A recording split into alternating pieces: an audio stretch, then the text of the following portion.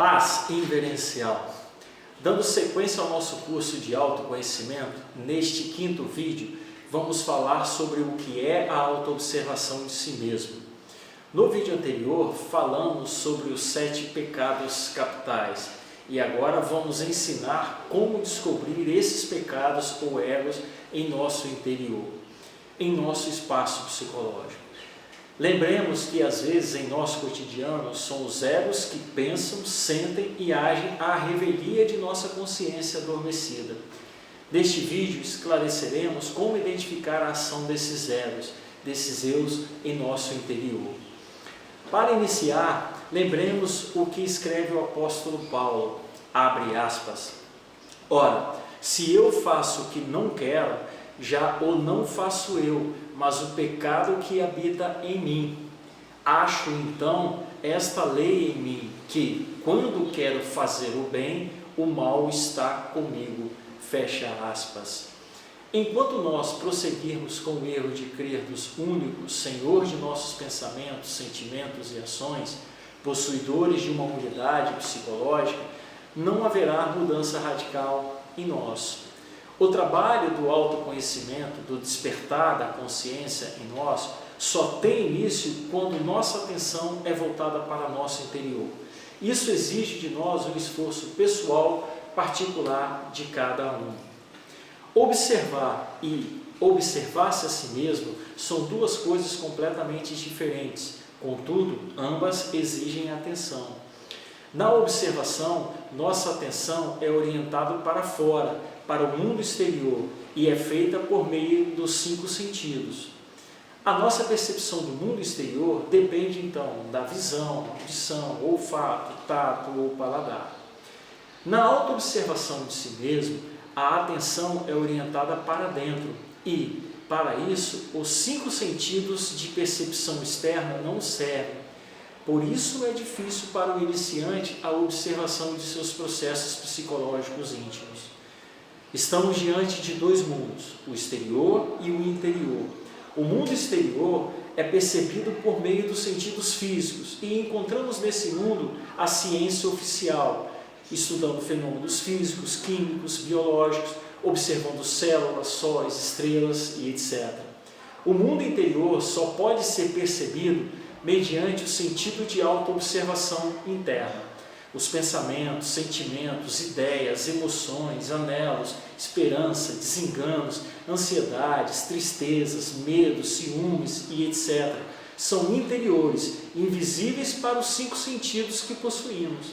Exemplificando, quando nós experimentamos uma situação de medo, esse medo que sentimos para nós é mais real do que uma cadeira ou poltrona da sala. Nós vivemos mais em nosso mundo interior que no mundo exterior. Em nosso mundo interno, ou em nosso mundo secreto, amamos, desejamos, suspeitamos, bendizemos, maldizemos, adelamos, sofremos, gozamos, somos enganados, premiados, sentimos ciúmes, luxúrias, ficamos irados e etc. e etc. Ressaltamos que a autoobservação íntima de si mesmo é um meio prático para realizar o trabalho de autoconhecimento, o despertar da consciência. Conhecer e observar são coisas diferentes. Temos conhecimento que estamos sentados numa cadeira, em uma sala, mas isso não significa dizer que estamos observando a cadeira. A mesma coisa, conhecer e se auto-observar também são coisas diferentes. Exemplificando, conhecemos que num dado instante nos encontramos interiormente em estado negativo, talvez com algum problema ou preocupação por algo, estamos tristes, ansiosos, em estado de desassossego ou incerteza, etc. Mas isso não significa que estamos nos auto-observando. Não podemos confundir conhecer com observar. Em nosso cotidiano, no ambiente de trabalho, escola ou na família, às vezes sentimos antipatia ou simpatia por alguma pessoa. Quando sentimos antipatia por alguma pessoa, acumulam-se em nossa mente muitos pensamentos negativos. Às vezes caluniamos e maldizemos essa pessoa em pensamento ou às vezes até em palavras. Interiormente e exteriormente, tratamos muito mal a essa pessoa pela qual temos antipatia. Por outro lado, quando sentimos simpatia por uma pessoa, elogiamos e bendizemos essa pessoa. Interiormente, tratamos muito bem essa pessoa. Por que sentimos isso? Em nosso dia a dia, normalmente corrido, nem sequer damos conta por que sentimos em nosso interior isso. Sem a prática da autoobservação, não descobriremos esses pensamentos negativos em nosso interior. A prática da autoobservação nos permite fazer um inventário dos egos e virtudes que carregamos em nosso interior. São muitos os exemplos que podemos citar para ilustrar nossa falta de consciência. Muitos vídeos teriam que ser feitos, mas vamos citar um exemplo prático. Hoje em dia, aumentou muito o número de homicídio a mulheres. O tipo de crime antigo, mas com um nome novo, feminicídio. Um homem vive um período conjugal com sua mulher e não percebe que em seu interior existe o ego do ciúme, pois desconhece o trabalho da autoobservação. Esse ciúme é aquele sentimento de posse que comumente é confundido com o amor. Como todos nós, esse homem tem vícios, hábitos associados a algum ego que desagrada a sua mulher. Mas esse homem não percebe isso em seu interior, não muda seu comportamento. Então sua mulher decide pela separação. Quando isso ocorre, esse homem, pelo fato de não ter percebido em seu interior o ego do ciúme, permitiu que esse ego atuasse em seus pensamentos. E então muitos outros pensamentos negativos amontoaram em sua mente. Esses outros pensamentos negativos são do tipo: feriu minha honra, também confundida com a vaidade, da autoconsideração, pensamento de vingança e muitos outros pensamentos associados ao cabeça de legião do orgulho. E fatalmente esse ego do orgulho acaba se associando ao ego da ira. Dizemos que nesse caso, esse homem se identificou com esses pensamentos negativos, ou seja, se entregou a esses pensamentos negativos, deixou-se controlar por esses egos. Ele não conseguiu perceber que esses pensamentos não são divinos, provenientes de sua essência, e nada fez para se livrar desses pensamentos negativos. Então esse homem já identificado, controlado por esses pensamentos negativos, pois sua consciência dorme nesse momento, comete o crime de feminicídio, comete o erro de tirar a vida de sua ex-mulher. Lembremos o primeiro homicida, abre aspas, e o Senhor disse a Caim: por que tiraste e por que descaiu o teu semblante? Se bem fizeres, não haverá aceitação para ti, e se não fizeres o bem, o pecado jaz à sua porta, e para ti será o seu desejo, e sobre ele dominarás. Caim não ouviu ao seu pai que está em secreto. Caim se identificou com o seu ego da ira. O que aconteceu depois, sabemos.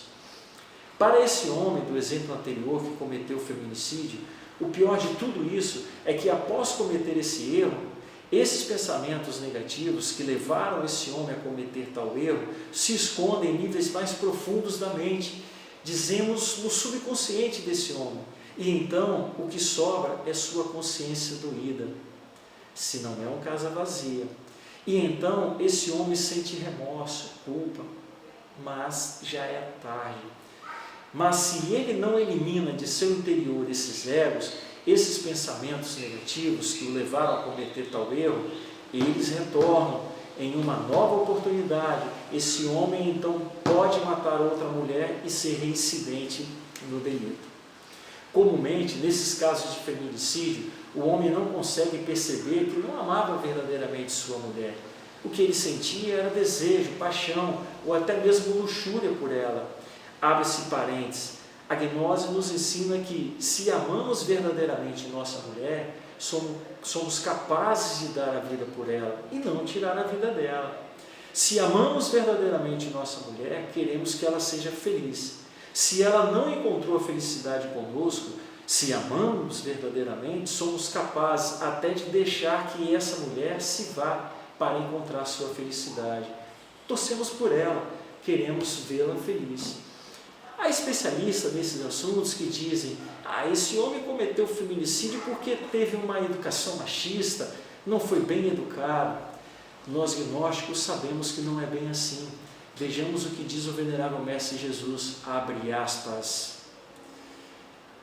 Mas esta casta de demônios não se expulsa senão pela oração e pelo jejum. Fecha aspas. Muitos de nossos semelhantes, lamentavelmente, hoje estão no cárcere porque se identificaram em algum momento de sua vida com o seu ego da ira e então mataram alguém, ou se identificaram com o ego do roubo e então roubaram alguém, ou se identificaram com o seu ego de querer enganar os outros e então falsificaram, ou se identificaram com o seu ego da luxúria e então estupraram alguém, etc. e etc. Se essas pessoas que hoje estão no cárcere tivessem se auto-observado, poderiam flagrar nesses momentos pensamentos negativos em seu interior e então não se identificariam com eles e certamente não estariam no cárcere. Por isso temos que rogar ao Pai que está em secreto, para que não caiamos em tentação, ou seja, não deixemos nos identificar com esses pensamentos negativos e eles passem a nos controlar. Quando nos identificamos com algum pensamento ou sentimento negativo do ego, podemos cometer erros graves e o pior pode acontecer. Ainda mais, vejamos o que disse o venerável Mestre Jesus, abre aspas, vigiai e orai, para que não entreis em tentação. Na verdade, o espírito está pronto, mas a carne é fraca. Fecha aspas. A oração do Pai Nosso, ensinada pelo venerável Mestre Jesus, é muito recomendada para o nosso trabalho do despertar da consciência. Quando ele ensina, abre aspas, o pão nosso de cada dia nos dai hoje, fecha aspas, do ponto de vista gnóstico, esse pão não se refere ao alimento, comida, que alimenta e nutre o nosso corpo físico, mas sim a esse sentido da autoobservação que devemos fazer diariamente, de instante a instante. Esse é o pão que vem do alto, o pão da sabedoria. Esse é o alimento que nutre nossa consciência, nossa alma. Existe ainda a observação mecânica de si, mas tal tipo de observação nada tem a ver com a autoobservação psicológica que estamos tratando aqui neste vídeo. Pensar e observar também são coisas diferentes. Podemos pensar o que quisermos sobre nós mesmos, mas isso não significa dizer que estejamos nos auto-observando realmente. Lembremos que nossa consciência que realiza a auto-observação. Como foi dito em vídeo anterior, temos só uns 3% de consciência livre, que não está engarrafada no ego. Por isso, diariamente em nosso cotidiano, vivemos perdidos em nossos pensamentos, sentimentos e ações e temos dificuldade de nos auto-observar. Levamos luz ao nosso interior quando intencionalmente dirigimos nossa atenção para dentro de nós e observamos esses montão de egos em nosso interior. Realmente, o sentido da autoobservação de si mesmo encontra-se atrofiado em nós. À medida que perseveramos na autoobservação de nós mesmos, o sentido de autoobservação íntima irá se desenvolvendo progressivamente. Lembremos o que foi dito em nosso vídeo de número 2. Precisamos de nossos semelhantes para realizarmos esse trabalho de autoconhecimento. É na convivência e nas conversas com nossos semelhantes, se estamos nos auto-observando, atentos ao nosso interior, descobriremos esses egos em nosso interior. Até aqui falamos do sentido da auto-observação. No vídeo de número 10, nós abordaremos com mais detalhes como realizar essa prática da auto-observação diariamente, de instante a instante. Para finalizar, não esqueça de visitar nosso site, vai aparecer aí no vídeo, e baixar gratuitamente os livros do venerável Mestre Samael. Eles são importantes para o nosso curso de autoconhecimento e certamente enriquecerão ainda mais nossos conhecimentos acerca do despertar da consciência. Boa leitura e até o próximo vídeo. Paz inverencial.